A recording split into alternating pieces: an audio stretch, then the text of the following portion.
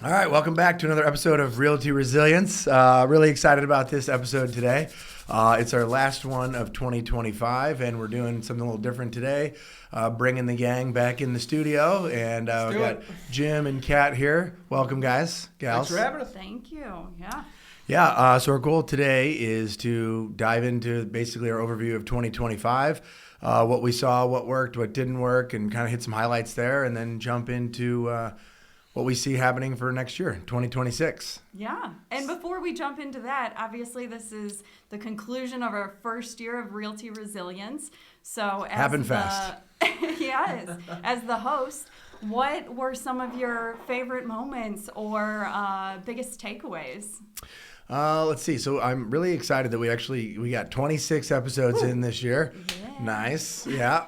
I think we talked about this, but like the average podcast makes it to about 10. So we beat the average. Woo! Cat won't let us quit. Yeah, that's right. We're beating the average. That's Let's right. go. We're better than average. Yeah. But I honestly, I think the highlight was just getting to connect with a variety of agents, some people that I haven't talked to in a long time.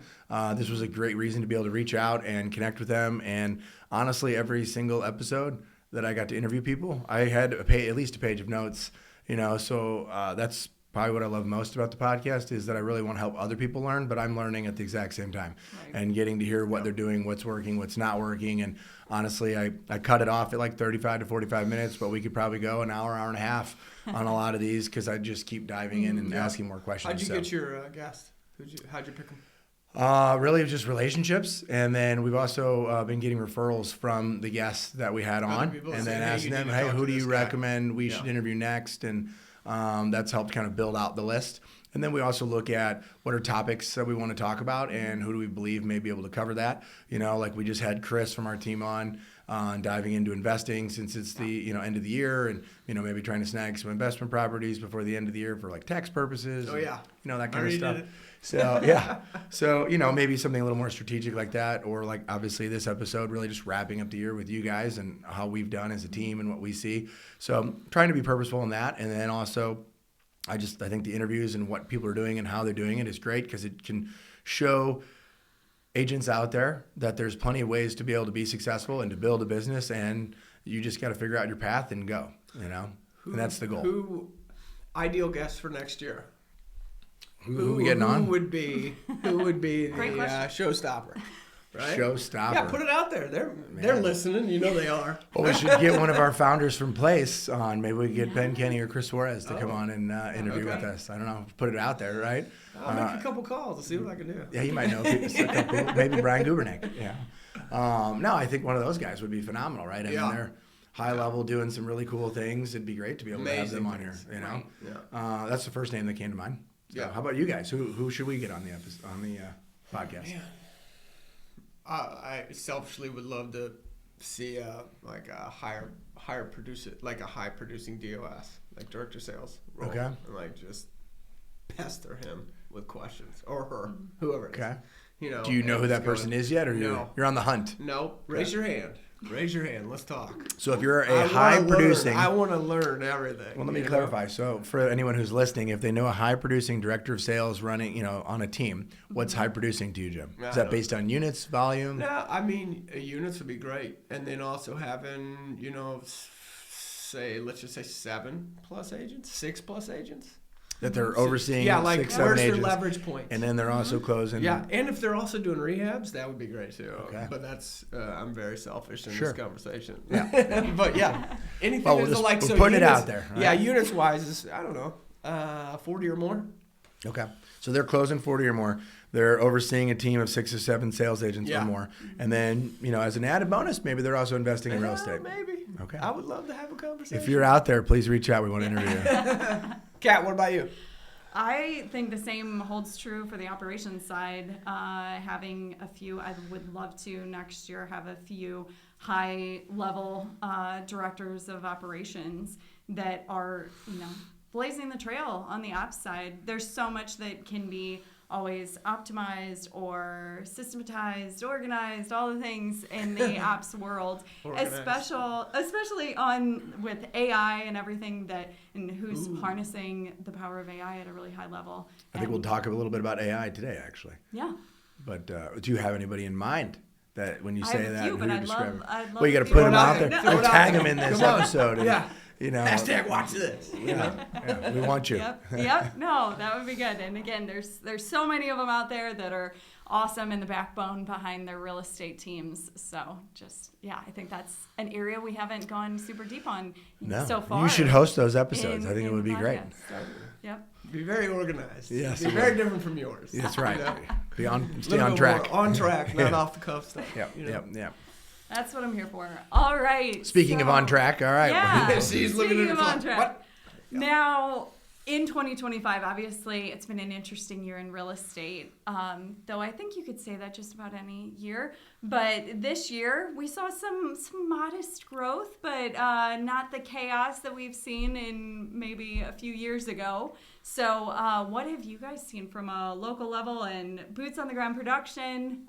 What have you experienced and seen that has been maybe a little bit different in 2025? I'm going to let Jim go as the director of sales on the team. How would you answer that? And You know what what's you're interesting seeing? is you can tell very easy who's been in it a little bit longer. Because What do you mean by that? You mean like agents? Yeah, Who've been in the when production? you're working together with the other agent, and it's always working together because nothing ever happens unless the buyer feels like they win or the seller feels like they win. It can happen simultaneously. But if you look at our industry, the amount of turnover that always happens, you go through the entire process with someone who's been through something from, let's just say, 17, 18, 19, pre-COVID, right? This market is very similar to that in terms of how hard it is to get it to the end for both sides. And not to say that I'm end all be all with real estate agents or anything like that, but sometimes it's kind of like, well, you have to almost, you end up coaching a couple situations along to help with conversations with the expectations of the buyers or the sellers and things like that, or the conversation is a little bit harder to go back and forth on because it'll seem like it's very one-sided in some situations. Sure. You're trying to solve everything and it's kind of like, well, just kind of tell me what to do. I mean, I've had a couple instances where it was like, I'm not really sure what to do here. So experience matters. Yeah. And I think does. so. Then, like you go to like 2020, 21, where things were happening so fast. I wouldn't even say experience. Did you need experience then versus now? Or I think so. Look at it. If you like, I consider experience not the years. This is very different. Like it's not the years, but it's how much you do in a year or in the years that you're in it. Okay, so you could be in this since 2024, and if you've However, done 25 deals for the last yes. couple of years, you have a good handle of what you're doing. See, you Not do. that I've but been licensed not since in 2000 a and different haven't done any market deals. that we're talking about like it was in 17, 18, 19, right? Because look at all the things coming back into play with inspections and creative things as far as what buyers are starting to ask for, which I think is great because it's a little bit more balanced and it's healthy for everybody. But like even if you're a very experienced agent in the market, that's like in the last 3 years, 4 years, it's been so different than what it was previously. It's almost like a mini market, right? Like from 2020 to 2023, even if you had a lot of experience in there, it was the exact same thing. Well, now we're experiencing something that's never been experienced in those three markets when most of your sales have come from. So now it's stepping outside the box and realizing how things got done 17, 18, 19, right? So it like Kat was saying at the very beginning, it is very different when you really start to think about it. Yeah. And it, you know, So, you start to okay, sound it's like not an experience, old but curmudgeon. You know? The amount of transactions that you're doing consistently in a year matter because the market is shifting quicker, right? Locally, I think we've seen the inventory increase 50%, right? Yes. Over, from February to now, going up from 2,200 and something active homes to the 4,500-ish we're at now.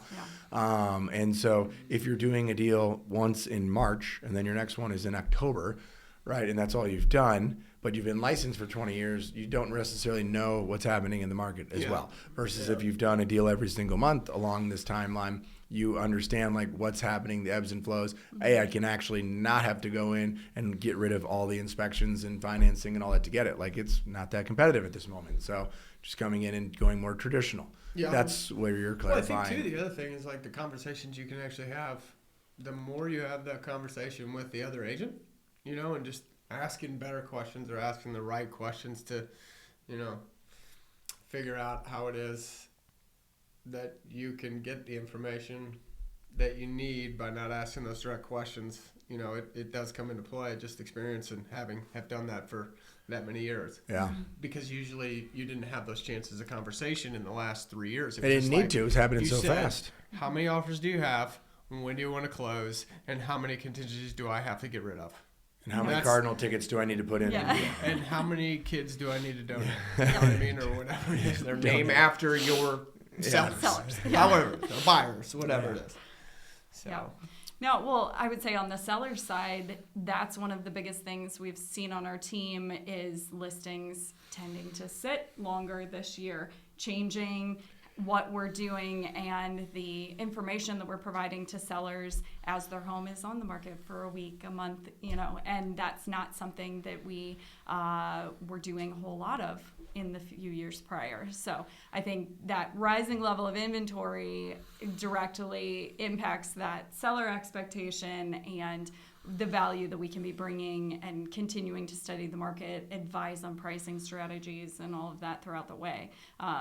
So I think that's been definitely that's definitely like the expectations you're talking about, right? Because we're in a very unique situation where I think the buyers they do realize that they're starting to get some or a lot of things back towards their favor, but not quite a balanced market. Mm-hmm.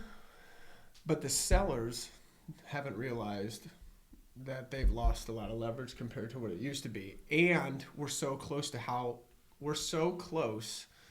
when it switched that they'll talk to a neighbor 6 months ago who sold, or 7 months ago, or less than 12 months ago, and they sold and it got everything, and it's crazy. Yeah. The longer we get away from this time period, the more conversations that they'll have with other sellers that they experience the same things. Yeah. Where right now the sellers that are selling haven't experienced the same things as someone who just did it 6 to 8 months ago. Right. Which is crazy, because I think you're talking about AI and how fast everything's changing. From when I started till 2020, it always seems like it was a slow, consistent, you could always depend on the real estate market being close to the same as the year it was before. Maybe a little bit better, maybe a little bit worse. But when you get into it and you start looking at from 20 to 21, it crazy changed. 22 was similar, 23 crazy change. 24 crazy change. It's been dramatic. It's very fast. Everything's happened so much faster again with technology and all that other stuff, and just what buyers and sellers can get their hands on, the amount of information and everything else. Right. So. And I think it varies, obviously nationwide. There are some markets that have really cooled off and, are seeing some home depreciation, and others that are holding steady or doing great. Yeah, what did you say about Colorado? Yeah, there's been more in Colorado, I think a higher percentage that in the Denver area that actually are experiencing that depreciation. But whereas it's just higher than we've experienced here locally in St. Louis. But I think that's just even on the local level within St. Louis, we've seen some areas of town, it seems very pocketed, that might still get a multiple offer situation, might still get a bidding war, and then other ones that, no, it's going to sit for 2-3 months. The stat I read was about 20% of homes are still getting multiple offers, whereas like 2020 was probably 100%. Yeah. So at least 80. It's, 80 to 90%. I mean, if it wasn't getting multiple offers and selling, there was something dramatically wrong with that. Right. But now I'd say it's probably down to about 20%. So what is it? 1 in 5 will get that. So just understanding that that's not going to happen all the time is important. I think what you were touching on, Kat, it's really getting better at seller expectations. And it is hard when you're in the middle, you're in the shift, right? So they're still talking to their friends and people that just sold all within the last 12 months. The market is shifting now, and that's what they're hearing, so that's what they're believing to happen, but it's changed since then. and they don't necessarily believe you. They believe their friend who actually sold their house and got whatever, and they're like, well, yeah, that's just what you're telling me.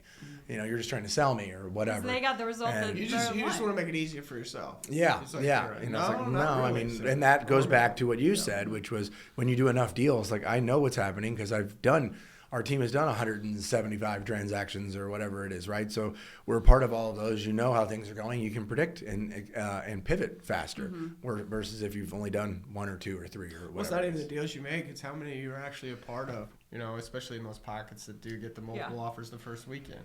Because more times than not, you know, if you walk into a house the first weekend and you're like super excited about it, the inventory is still low enough to where there's going to be other people that are seeing the same thing, and they're probably going to come at it. Right. So on the buyer side, though, too, I think it's important and to think about how that changes their perspective. So, Jim, how are you advising your buyer clients and or coaching your agents to set the right expectations on the buyer side? Because, like you said, they've got a little bit more leverage than they've had in the last few years, but that doesn't mean they can lowball and ask for the moon. But first I would say I want to know what they know or what they think about the market. That's probably the biggest thing, because sometimes you may need to have a reconvene conversation. Talking to a buyer. To the buyer. You'd have to have a reconvene conversation about what the market's really like, or if they think it's, because I guarantee you're going to walk to somebody like, well, we just can't buy because we don't want to get into some crazy bidding wars or anything like that. And you're like, well, hold on a minute. Let's have a conversation about that. Yeah. And then you still have the other people that are like, I'm coming in way under and I don't ever care. I think it really comes down, it's always about motivation, but then what it's realistic about. And it's even more interesting because I think we do see it on our end with the agents that we have on our team too. And me too. It's like, all right, how do I need to think about this with what we should be going after versus the amount of conversation I've had with that listing agent. And I always tell our clients, I'm like, that person's your best friend. Never talk down or negative or act like they don't know anything, because the only way that it gets done is to absolutely treat them with the most respect and do what's best for your client all the time. You know, I think you want to lose your head, and sometimes you just got to swallow that pill and be like, well, okay, all right, let's talk through this. But it really, with people without that different perspective from a different kind of market than what we've been in the last 4 years, it takes a lot more time to get through it because they just don't know. I'll bring it back to when we first started going into multiple offers and people waiving clauses and altering inspections. I can remember thinking, I can't believe this is happening. This is crazy. I've never seen it. Well, they've never seen it not like that. Right? And having that conversation, like, okay, they go through and put their offer in, then we'll look at it beforehand, and then it's got all these things out of it or contingencies and that stuff. And I'll say, okay, tell me about this. Why are you doing this? Well, it's because it's going to help them get the offer. Well, I don't agree. I don't disagree with that. But is there other offers out there? How many offers are you competing against? Well, none. Perfect. Don't take that away. You don't need to do that. Put that contingency back in. Protect your buyer as much as you can to the fact of where it's still healthy, a good chance for them to get that offer. Yeah, and they're like, what what do you mean? And I'm like, no. Yes. You don't need to give away the house when no one else is coming for the house. Yeah. So. Yeah, and it goes back to perspective, experience, all that kind of stuff. Yeah. So, and I think that's great. A great reason why people should be on a team. You have that perspective that you're getting. I don't see how anybody can do this without a mentor. When you're on a team, right, or a mentor, or a coach, or somebody that has that experience to be able to, make sure that you're doing that. That's great. Makes sense. Yeah. What else you got, Kat? So AI, we talked about it a little bit earlier. It's obviously changing the landscape of nearly any industry at this point. But in real estate, how have you seen it jump into our world? Well, we're not even, this isn't us. We're just, this are AI made videos and Yeah. this is our voice. I'm right? not even here. We're not even here. I'm actually on a boat. Yeah. It's the end of the year now. That would be cool.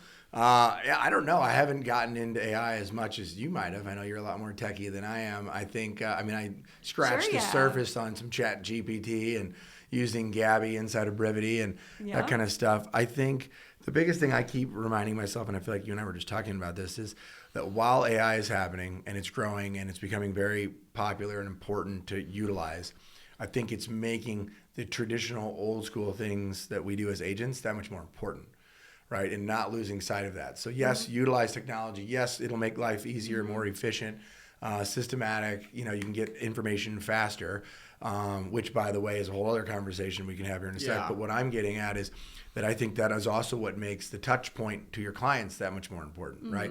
Like the door knock, the handwritten note, the phone call, the pop by, the text, not just leveraging technology to be and do everything for you. That personal touch is what's going to keep you in that deal, right? Technology is going to keep growing and advancing. As long as you stay in the relationship, it'll never eliminate you.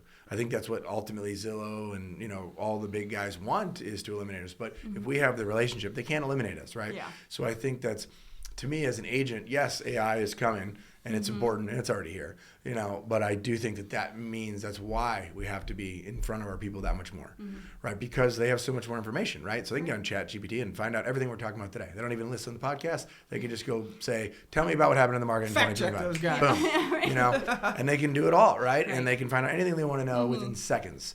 Whereas historically, you could walk in the door, Jim, on a listing appointment and you were educating them on all that. Well, they could know all that before you ever even walk in the door anymore. I think it's really going to make the real estate agent up their game and knowing how. But it becomes a trust factor that much more. Like I need to really believe that how you much more know relationship-based what you're is it? doing and how well you're good at it and what you do. Because I can figure out all this stuff. I can learn the tactical and understand how to get it done because I can get enough of it done for me through AI at this point, but I need the relationship to be able to get it to the finish line because the relationships you have with agents, because you understand how to negotiate, because you understand the nuances with the contingencies and all of those things. That's the value that I think becomes that much more heightened and increased when the level of tech is coming into our industry the way it is. That's where I see this balancing. Yeah. Well, they can't. I heard somebody say this. It was what was it? It was AI won't replace the real estate agent. It's the real estate agent using AI that will replace the real estate agent. Yeah. There you go. Yeah. Harnessing the power. I think that's the important piece of it. I mean, our team personally has benefited from it in a number of ways, but I feel like when it first came out, the whole buzz around real estate was like, oh, you can have AI write your listing marketing remarks. And it was like, oh, that's cool, because I know a lot of agents struggle with that of like, what do I say about this? How do I write a whole paragraph about this house or whatnot? And so some people utilized it for that. Some people still do, which is great. But I mean, content creation for websites, for blogs, for all of those things, it's Social an media. endless Analyze deals. Your grandma and grandpa only use the internet to check their AOL account. You know what I mean? And you're like, the internet does more than that, right? Well, that's because it took you an hour to dial in and get on. Make that noise. They officially shut that down. The disc that used to go out, they officially ended that this year, which was funny because most people were like, I didn't know that was still a thing. R.I.P. My wife still has AOL. Shout out to utilizing it for lead follow-up to help with those things, and just for it, putting it on a contact record, reading that full, let's say 2 years we've been following up with this lead, we met at an open house, and if it can summarize it and say, here's the next steps I would suggest. How much time did we save in reviewing those last 2 years of notes and figuring out game plan for what's next on follow-up? I like the idea of the AI following up on your leads like you talked about. That's been, I think, very helpful. What about scripts? And all this AI coaching tool. Call coaching is so great. I mean, obviously, we want to be masters at our craft, and really being able to work on that without the having to even source a role play partner or anything and I can do this at 10 o'clock at night, if I want to. You can do it on your car on the way out at any time. But it's even more real because the feedback it gives you isn't like, I feel bad telling you, Jim, you're terrible. Yes. It was like, you got a 6 out of 10 and here's where you bombed, and AI doesn't care. And I'm like, oh, Okay, man, I suck it up. And I know. I'm but, sitting you here know. writing things down, and then I'll go to my next one, and I'll be like, all right, ask that kind of question, Yeah. ask this kind of question, and how much you can do it.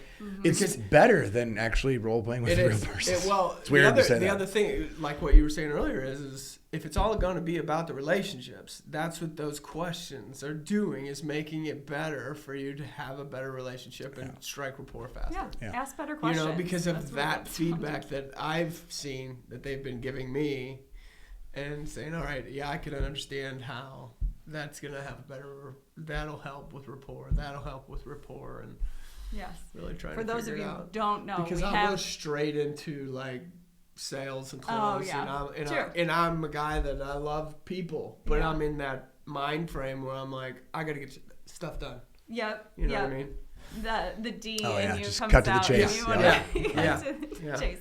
But just having the different profiles so that it's not just open house, role play, Mm-hmm. that it's, okay, what does that call sound like with my sphere? What does that call sound like with a for sale by owner, An and investor. having to do all of that, and then getting the instant feedback of here's what you did well, here's what you can improve. And yeah, I love the ratings, because then you can feel like, And it okay, makes it a little I did- competition-y. Yeah, Oh, yeah. I did better. Yeah. Now we have the For leaderboard sure. and see where people stack up. So Yeah. that's great. And then you can, the confidence booster of like, okay, I think I've mastered the beginner level. Now I can move on. I was role playing on one the other day, and it was challenging, but I felt like I was doing good. And then I got a call, and I had to take, so I just had to end it. And I was so annoyed because I was like, I want to finish this and close it, And then I ended it. I got a 6.8 out of 10, but it was like, you didn't close well. I'm like, yeah, I hung up on him. Like, Don't do that in it real wasn't a life. very good close.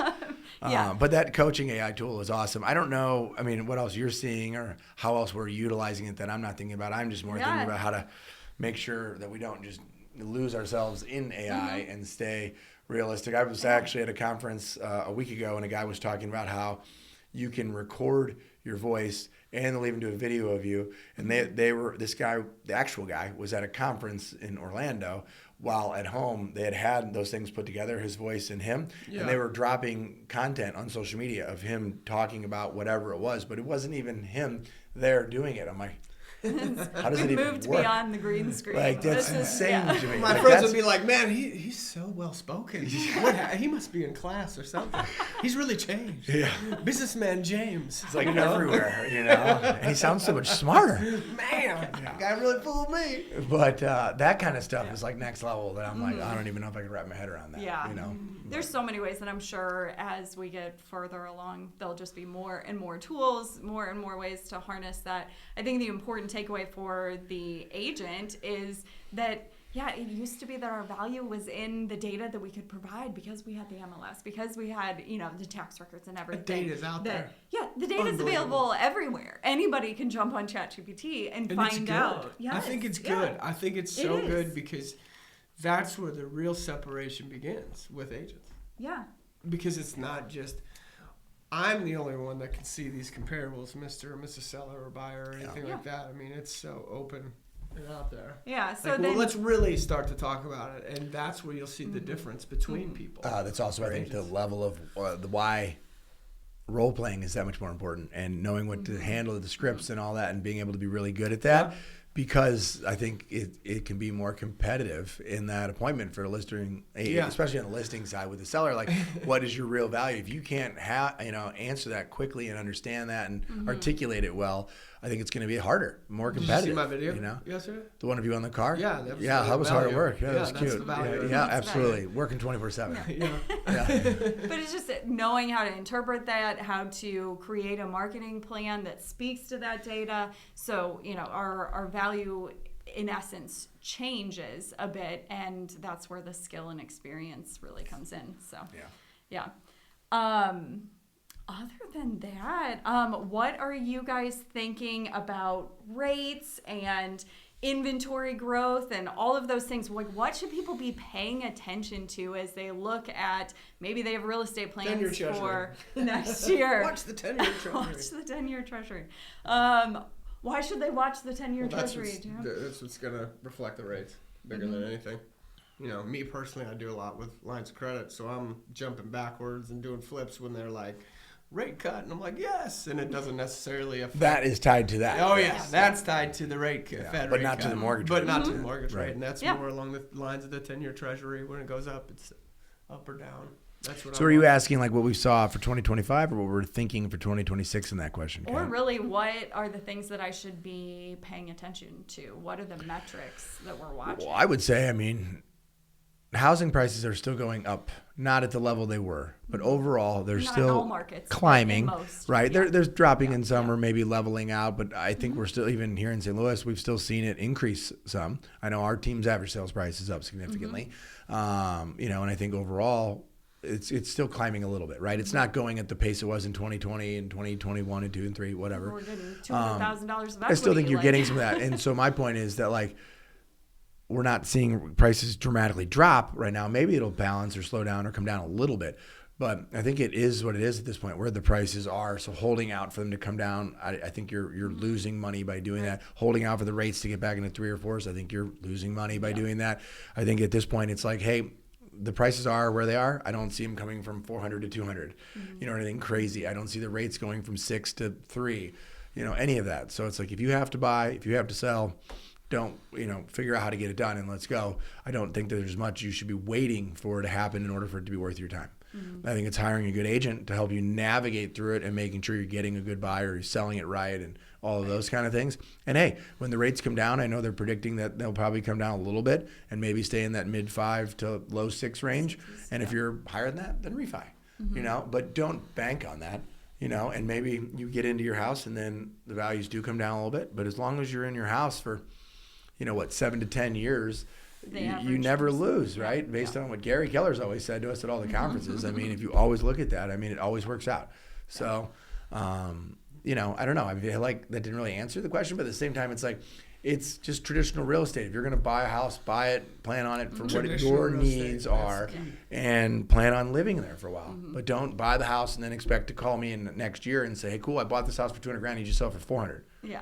Well, no, it's just like Unless you what- did a ton of work to it. Yeah. I can remember having those conversations with sellers before, you know, 2019, right? 19 what? No, 19. How long have you been in the business? Having a conversation like this since now. But so it's really having that conversation to be like, look, with commissions and everything else, don't plan on selling your house and making any money for at least 5 years. You could always say, yes, you will sell it for more than you bought it for, but it won't cover all the calls and costs for everything. So once you get Or some repairs that maybe you've got, you know, that Inspection. outside negotiation. of that 5 years, now you can start looking at, okay, this is actually money in my pocket. Now, the one thing that if you had to say, gun to my head, what am I watching? I'm watching the market and inventory. You said earlier, we're at 50% higher than we were in the early part of the year. in St. Louis specifically. In yeah. St. Louis specifically, right? What are our conversations like now versus what they were then? Very different. And With sellers. buyers or buyers. sellers, That's doesn't true. matter. True. Yep. Yep. But if that inventory, I'm just watching the inventory. If it's still going higher and higher and higher, you know, those conversations are going to have to change. It's hard because on the seller side, you just like, you got to pick it for the inventory is what it is, or the market is what it is when you want to jump in it. When you are motivated to move and you have those outstanding circumstances that are making you Right, move, right. or you have enough equity in it, or you have another kid or whatever, you know, it is what it is, and you make the best situation, and then you go buy the next one because you're buying the same market that you're That you're selling in. selling. So it's all relative. But you know, the buyers, that's where I see most people waiting more, because if they don't have an asset that they're also selling in the same market that they're buying, they're really trying to time the market. And it's like you were saying, it's impossible to time it. It's just really what can work out for you. But you'll sit there and watch the inventory. I think you're probably in a better side. I wouldn't expect the inventory to go down. I don't know. I don't think so. I don't think it'll get nuts like it was before. But when you sit there and you look at like this, so look at the 8-month difference or the 6-month difference that we had. If you bought in the early spring, much less to buy from, a lot more competition. Yep. where I think buyers are a lot more. They'll be the ones susceptible to waiting on the market and then turn around and looking and saying, "Man, I should have bought back then." I think we're just going back to the normal cycles of real estate. I think it's great. Spring market great, is spring market, right? And it'll be busy. So I think, you'll see more stuff moving then. And I think, last year we certainly experienced the winter market for the first time in a while where things started to slow down. So I think we're starting to just get back to that cyclical real estate market where, again, the 2020 to 2023 range, like you put a house on the market on Christmas and it probably sells. Yeah. 2020, 2022. Yeah, but now it's like, well, let's avoid those, kind of things. And going back to just traditional realtoring, so. Yeah. So any other predictions from you guys for 2026? So you think, what do you think? Stanley Cup. Oh, real estate predictions.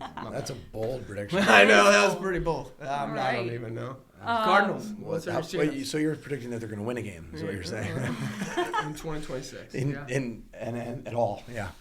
Anyway. But as far as real estate rates and number of homes sold, things like that. Like us personally, or what we're hearing out in the marketplace? Yeah, what do you think in the marketplace? I think we're going to have very much the same market we did this year. I think we'll sell, I think what on a national average, they're thinking 4.2, 4.3 million. I feel like we'll probably be. I don't think we're going to be that high. Somewhere 4 to 4.2. Right? I don't know. I thought we were going to be like below 4. Yeah, it's certainly one of the lowest years. Is it below 4? Yeah, I thought it was like between 3 and 8. So then let's say if it's the 3.8 to 4, then I would say we're probably like a 4 to 4.2. I think it'll go up some, but I don't think significantly, right? Like the significant one was at 6 million in 2021, I think it was, and 5 million in 2020 and 5 million in 2022 and 3. But I don't think we're back to those kind of numbers. I think it'll stay, and we've been last couple of years here been staying in that around 4 million range. I think it stays in that space. I don't know that we ever see those numbers again in our lifetime. That's a bold statement. I mean, I don't even anything. Dramatic things happen. When things like COVID hit. Corona 2.0. Yeah. Market down. Hopefully not. Right? We're not predicting that. So you know what? I think the further we get away from the market of 2022 to February of 23. I think that the sales will start to keep getting better. I think we'll still sell more every year. And the further we get away from that, because everyone's comparing it to those years and how horrible it is to buy right now. Right. Here's an interesting question for you. We talked about AI. We talked about the amount of data and people that they have at their fingertips. What do you think the competition is going to be around FSBOs? Do you see that increasing because sellers have more data, have more knowledge? Do they feel more confident to be able to go out on their own and say, I can sell this amount. I can go put it on the internet. I can do all this stuff. I have all the stuff I need now, right? Based on what you guys have been saying. As agents out there and agents who are listening to this, is that something that you could see go up? Or do you think it stays about the same? Honestly, there hasn't been a huge influx of for sale by owners, at least that we've seen in the areas that we work in St. Louis. I definitely agree with the methodology that, I think people would have a little more confidence than they would in the past because I'll ask ChatGPT and see what it says. I could have it design me a really cool sign, too. Right. It'll design my flyer. It'll do all the things. But virtually ultimately, stage your house. Yes, I know. Just throw it in there. Tell it you want different, staging. But I think ultimately, real estate still comes down to the relationships. So more may try it, and in my opinion, more may also bow out when it doesn't sell in a couple weeks and go, okay, maybe this was a little harder than I thought. So it's a potential opportunity if you're an agent out there for business to be generated, Yeah. right, in that space. Something to watch. I think it's the same thing.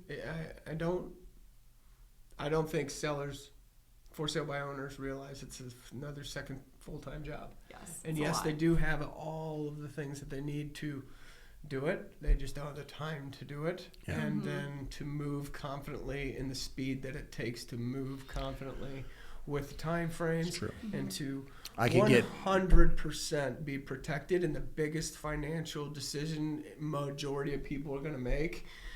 How confidently are you moving? Yeah, that weighs out. I mean, I guess the same goes. I mean, I could still go trade stocks and do all that stuff. There's enough knowledge and information out there. I can go get and go do the same thing, but I still hire and use a financial advisor. Yeah. Based on what you just described. So because of the job part, right? Yeah. Right. Yeah. To do what actually is needed to be done to be successful. Yeah. Other predictions. What do you have in mind? What are you thinking? I'm thinking I don't know, with rates expected to kind of level out and probably somewhere in like low sixes as opposed to, I think we saw more like 6, 7. 6, 7, 7, 2.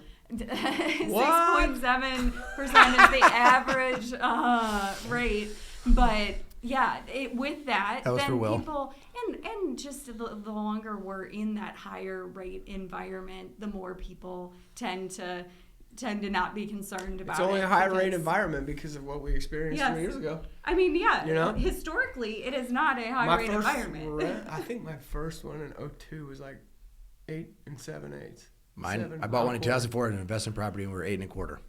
Yeah. Yep. Well, yeah, and you go back to our parents, and they were paying 18%. So yeah.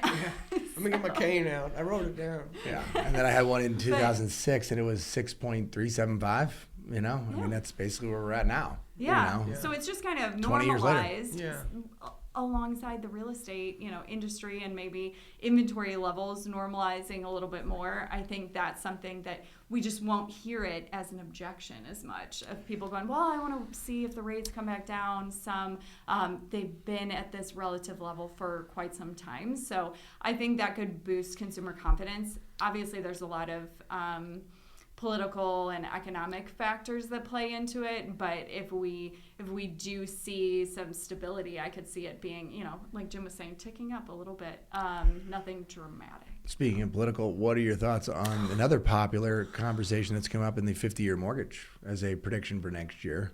Do you see that actually happening? Do you believe that to be a good idea as realtors? I'm not trying to get political, but it's come up in that space. I don't know, but can you imagine as an investor, a home? I think it's a terrible idea, personally. Well, I do too, based I like on it human. From a real estate standpoint, nature. yes, it would help Human you sell nature, more business. From human nature. So like for me, I'd be like 50-year mortgage. I can lock it in at what? And I'm going to make this cash flow, and then I'm going to pay it off in 2 years. I'm doing it. Because of how I leverage like that. Yeah. How many people are paying off a 50-year mortgage in 2 years, Jim? Well, that's hypothetical, right? But at the same time, could you pay it off because your payment's so much lower, and to have the human discipline to actually take that and put it onto your 30-year mortgage faster to pay it off in 16 years as opposed to 50. I thought I was the optimistic one. I don't think people will do it. I think life happens. I think things come into play, and it just. But by doing that and think offering that, differently on doesn't I don't that even do just 30-year ultimately mortgages increase anymore. the values again anyway? Aren't we kicking the can down the road? If we were to throw this out there, it opens the door for more buyers. But doesn't it then become a thing where then now you just have more competition, so the prices keep going up, so then it becomes unaffordable again? Yeah. So aren't we just... That's why I don't What like about it. the I one like it that- from an immediate, we can get more sales as a realtor standpoint. From a long term, for the entire country the way it is, I think it's a bad idea because I think long term we end up in the same problem we're in right now, which is we need more inventory to balance things out. Sorry, and kids, bring you can prices fix down. our stuff, right? Yeah. Hey, if we got to be the generation that sucks it up and takes it for the country, I guess I'll do it. The average first-time home buyer is 38 years old now. Yeah. So if the prices keep going up, is that going to keep? I mean, then they're going to be 45, 50 for their first time. And then think about it. How many times did you have a client that moved? How many times to be repeat referral clients? And in all reality, if that happens, the first-time home buyer goes up. There may be 1 or 2 houses at most before they're not doing anything, as opposed to 5 or 6 transitioning from starter home Because they to don't a have the mid-level equity. home to a really nice home to a downsized home, Yeah. right? And that's 4 or 5 sales right there. Well, is that what you're saying? Because there's not enough equity for them to be able to? No, keep moving, because or? they're starting that journey so much later in life. Oh, that part, yeah. In I'm also thinking 38, that if I'm spending more, I also have to end up paying more in interest up front. I think it's stay there. I think it's a horrible idea. I think it's a horrible. What about the one that they're saying take your current mortgage to your next house? Did you hear that I one? have not heard. No, I have not heard that. Yeah, they're one. talking. This is like a knock-knock joke? No. This one. Who's there? Joke's on you. I don't know. I had heard something that they were talking about if you could take your current mortgage to your next house one time. How would that work? I don't know. I'm just. I'm That's all like, heirsay. that's- Maybe it was. With the chat GPT that one later. AI. I know The you're lender listening. has to- Put it. What does it say? It has to have that security. Like I that have no asset idea. is the backing for that loan. Yeah. How can you Yeah. no longer I don't own know. that? I have no idea. That's interesting. Something to So, look into. But yeah, For sure. I went off script a little bit there, but there's a couple things that I I've love been hearing off about, script. so I figured I'd throw them out there at least Yeah. for things that people are talking about. So are they things we should be expecting for next year? I'm just curious. Might be hot topics in 2026. Ooh. So. What? Maybe we talk segment about for your podcast. hot topics. Hot topics. January. Bum, bum, 26. Okay, 26 hot topics in 26. Oh, what are we doing? Oh, gosh. All right. Sounds That's a good. lot of topics. Anyway, what else we got? Any other predictions? No. Either one of you guys? It'll be fun. I'm along for the ride, baby. Let's go. I mean, we've been doing it this long, it's just, it is what it is. Yeah. The cool thing is, though, we've all been licensed since, 2007, 8, Nine. 9, Yeah. right? So at this point, you've seen one extreme from the Great Recession in 2007, 8, 9 to the other extreme of whatever they called that, the COVID era real estate, where it was complete buyer's market, and now we're getting back into that shift. So we've now had the pleasure of being on complete both sides of all of this. So you talk about perspective and experience and all that stuff at the beginning of this podcast, and I think the three of us have it, and it's awesome to be able to experience this and see the things shifting and then go, okay, I know how to work this. This is like that, Yeah. and you're able to pivot and move quick as opposed to, I've never done this before. I have no idea what Well, I'm it's doing. how fast you can Right. move. But having that knowledge, I think, is what gives you the ability to, and going back to something earlier about like the beauty of being on a team is when you're with people like that, you can lean on them to be like, okay, what happened? And again, they're not exact, but when 2020 was happening, it was so wild. It felt so much like 2007, but for a completely opposite reason, right? It was 2007, the sellers were bringing $50,000, $100,000 to the table to sell. And now the buyers are doing the exact same thing to get it, like on top of what Appraisal the price was, gap right? coverage and Like everything all, like else. just the insaneness was so extreme, but it was the exact same but opposite, right? Like it was mind blowing to see it and be a part of it, and I think that's been great. And now it's kind of shifting back to normal, and it's hard because you get used to that chaos, and now you're like, oh. It's just a different type of But chaos. The chaos this- comes after the ink dries. This is the best market. And now you're like, how do we keep it together? Yeah, seriously.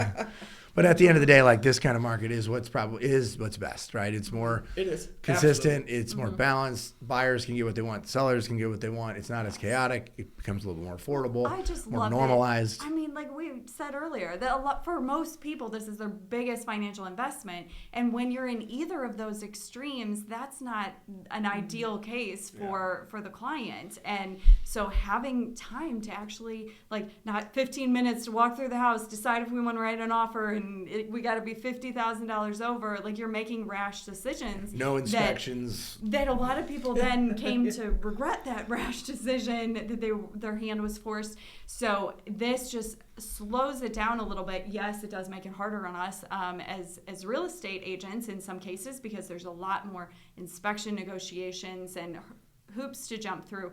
But at the same point, like, everyone is able to slow down, consider the options, and come up with a win-win for both sides, that it's not as one-sided as it has been. Absolutely. Well, is that all we got for today? Wrap it up, We're baby. good. So then I all we always got wrap for it this up. year. I always wrap it it. up with my one final question before I end the call, which is, what's the funniest thing that's happened to you in real estate? And I don't think we asked that when we started together at the beginning of this in January. So for you guys, what's the funniest thing that's ever happened to you? I know you haven't been in the day-to-day sales, but maybe you have something cool that's happened along the way. Or the craziest thing, I don't know. I'm sure Jim's got plenty of stories, but I always love to end the episodes on those questions, on that question. I don't have Oh, any you're, final one. come on, Kat. Give me I'll something. I just need a minute to think about it. Okay. Jim, you just need to decide which one. I'm sure you've got plenty. The first one that comes up to mind was the Dumb and Dumber tub. Okay. Oh. I sat in that. It was like $1 million house. And it had a heart-shaped tub in it? Oh yeah, I sat And you got in I it? took a picture. I was like, Were we you have in there with photo your proof. buyer? Were you with Freda If you're Felcher? saying there's a chance. So that was cool. I don't, I'd have. Did you sell that house? No. It wasn't worth $1 million, the heart-shaped tub? No, it was worth maybe one big gulp. Well, see you later. Well, Yeah. see you later. Yeah. Okay. Dave, Kat? have you shared yours? My story. Besides the What's West yours? story, you can't say that one. Yeah, Well, that was was one of my pretty favorite epic. ones from the people that I heard. But you Shout out personally, Wes. I know you have Yeah. some great ones. The from one client that I experiences. always have loved and I've shared, and I don't know if I've actually shared it on the podcast, but years ago I was showing a condo to a buyer, and the condo complex had a north side and a south side, and we walked into the building, and I didn't know that I was on the wrong side, but I went to the right unit number, and we couldn't find the key. And I was shuffling through my papers because I had the listing and all that stuff in my hand and trying to figure out, like, where's the code? What's the lockbox? What am I missing? Meanwhile, the buyer lifts up the rug and she's, oh, here's the key. I'm like, oh, great. And she goes and opens the door. And when we opened the door on the other side, there was a couple that was having a really good time. I'll just put it at that. And literally opened the door and we all made eye contact. And it was like, and she started yelling and I freaked out, closed the door. And I'm like, oh my God, we're at the wrong building. And took the key and threw it back under the mat. And then I was like, oh crap. And we ran out. And then I realized we were on the south side. We were supposed to be on the north side. And then we got over there and there was lockbox. Got in, no problem. It was a vacant unit. Yeah. That one wasn't. Yep. And then I'm like, how did you find the key? She's like, oh, I just looked under the doormat. So essentially, I just accidentally broke into somebody's house and scared the bejesus out of them. Us, very awkward moment, making eye contact with somebody when I wasn't supposed to. Did they come running after you? Did they call the police on you? They were in a position, no pun intended, that probably wasn't suitable for running. I don't believe they were in a position to be calling the cops. So we went running. That was funny and very bizarre and weird. And I think at this moment, it's like, okay, cool. If there's no lockbox, there's a reason why. It's probably not for sale. So anyways, that was, man, that might have been like 2010. And it's still, I can still picture that moment. And that was like 15 years ago, I guess, right? Like, or however many years. Yeah, 15 that's a burning image. Oh my God. Like, holy cow. Okay. So make sure you knock. That's the lesson there. You never know what's going to be on the other side of that door. How did the client take it? Yeah. She was like, what? Oh, man. We were both. Imagine if you were with somebody like me and was, oh my God, you'd have been running. We'd have been running down the stairs, laughing, and oh my God. Hold on, let me get my camera. What just happened? Oh my. Anyway, so yeah, no, that was my story. So great. Well, this has been a great wrap up, great end of the year. I'm really proud of what we've been able to accomplish on Realty Resilience this year for our first year and getting these 26 episodes in. I appreciate you guys and the support, and now off to a new year and a whole new line of people to bring in here and topics and all the fun things. So appreciate you guys being on, and for everyone out there listening, watching, appreciate you guys, and continue to follow us on Realty Resilience. And Happy New Year. Thanks for tuning in to this episode of Realty Resilience. Be sure to join our free Realty Resilience Facebook group, where real estate professionals connect, share strategies, and access resources. You can also follow us on Instagram, like us on Facebook, or subscribe to our YouTube channel for more insights. And remember, we release new episodes every 2 weeks. See you next time.